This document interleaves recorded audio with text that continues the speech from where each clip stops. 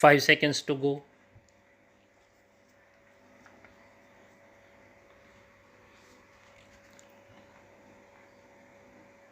Start.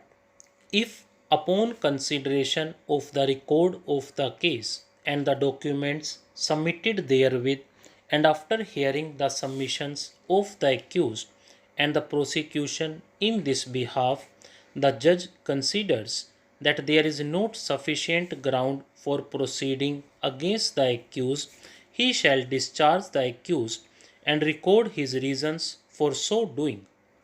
We have already considered the meaning of the expression, the record of the case, and the documents submitted therewith, relying on the decision in Debendra Nath Padhi's case supra, only to reassure as to what are the materials falling under the said expression, and thus available for consideration of an application filed for discharge under section 227 CRPC.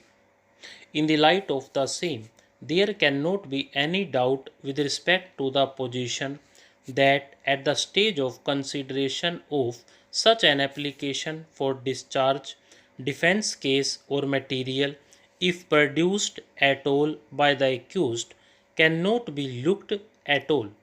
Once the record of the case and the documents submitted therewith are before the court, they alone can be looked into for considering the application for discharge, and thereafter, if it considers that there is no sufficient ground for proceeding against the accused concerned, then he shall be discharged after recording reasons therefor.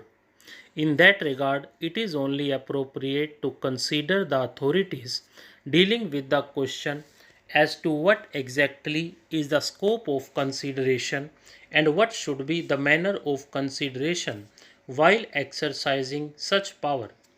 The decision in Yogesh alias Sachin Jagdish Joshi versus State of Maharashtra, this court held that the words not sufficient ground for proceeding against the accused appearing in section 227 CRPC postulate exercise of judicial mind on the part of the judge to the facts of the case revealed from the materials brought on record by the prosecution in order to determine whether a case for trial has been made out. In the decision in State of Tamil Nadu versus N. Suresh Rajan and others, this court held that a stage of consideration of an application for discharge, the court has to proceed with an assumption that the materials brought on record by the prosecution are true and evaluate the materials to find out whether the facts taken at their face value disclose the existence of the ingredients constituting the offense.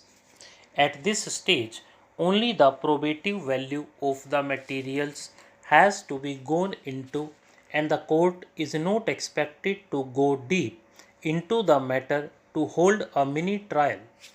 In the decision in B.K. Sharma versus State of UP, the High Court of Judicature at Allahabad held that the standard of test and judgment which is finally applied before recording a finding of conviction against an accused is not to be applied at the stage of framing the charge. It is just a very strong suspicion based on the material on record and would be sufficient to frame a charge. We are in agreement with the said view taken by the High Court. At the same time, we would add that the strong suspicion, in order to be sufficient to frame a charge, should be based on the material brought on record by the prosecution and should not be based on supposition, suspicions, and conjectures. Stop.